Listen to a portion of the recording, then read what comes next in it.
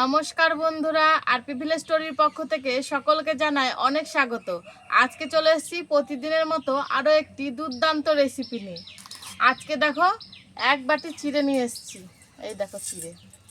আজকে এই চিড়েগুলো দিয়ে করব চিড়ের পোলাও। তোমরা কিন্তু পুরো ভিডিওটা দেখবে। প্রথমে কিন্তু চিড়েগুলোকে ধুয়ে নিতে হবে খুব ভালোভাবে। আর এইখানে দেখো সব কিছু রেডি করে নিয়েছি আমি।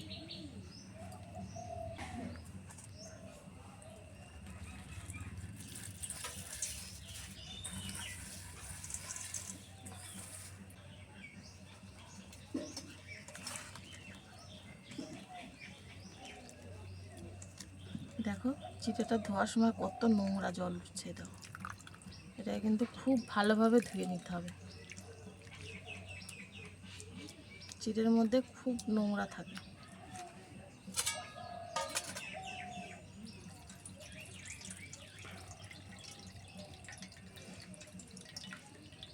এই দেখো চিড়েটা কিন্তু খুব ভালোভাবে পরিষ্কার করে ধুয়ে নিয়েছি।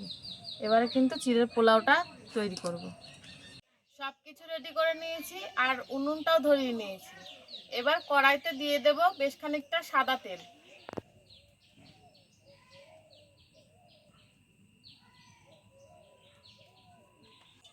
আজকে চিড়ের পোলাওটা কিন্তু একদম সহজ পদ্ধতিতে করব। তো তার জন্য দেখো প্রথমে আলু কেটে রেখেছিলাম, এই আলুটা প্রথমে দিয়ে ভেজে নেব।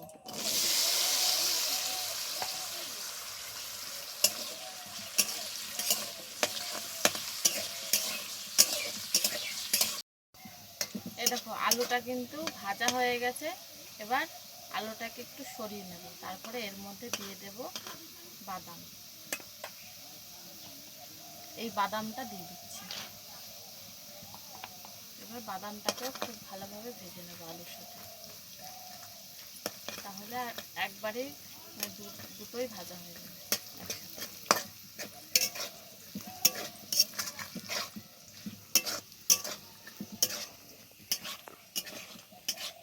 দেখো বাদামটাও কিন্তু হালকা ভাজা হয়ে গেছে। এবার এর মধ্যে দিয়ে দেব বেশ খানিকটা কাজু আর কিশমিশ।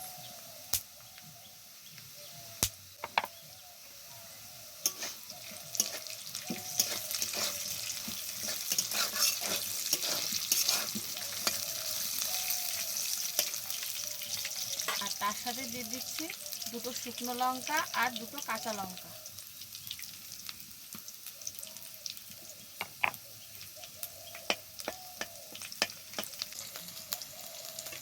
এবার সব কিছুকে একসাথে মিশিয়ে নেব।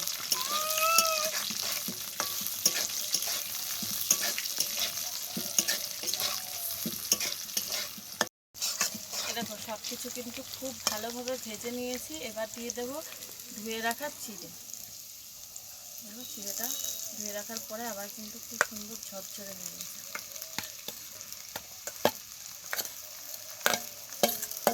চিড়ের ওপর দিয়ে দিচ্ছি পরিমাণ মতো নুন, আর দেব অল্প পরিমাণে চিনি। তোমরা তোমাদের স্বাদ মতো চিনিটা ব্যবহার করবে। আমরা মিষ্টিটা কম পছন্দ করি বলে অল্প দেব। এবারে খুব ভালোভাবে সব কিছুকে মিশিয়ে নিতে হবে।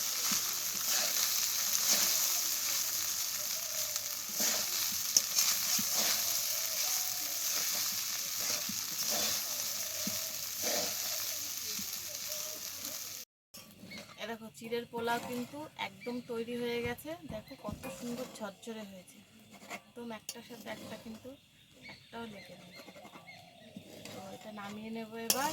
আর তোমরাও ঝটপট এইভাবেই বানিয়ে ফেলো আর আমাকে কমেন্ট করে জানাও রেসিপিটা তোমাদের কেমন লাগে।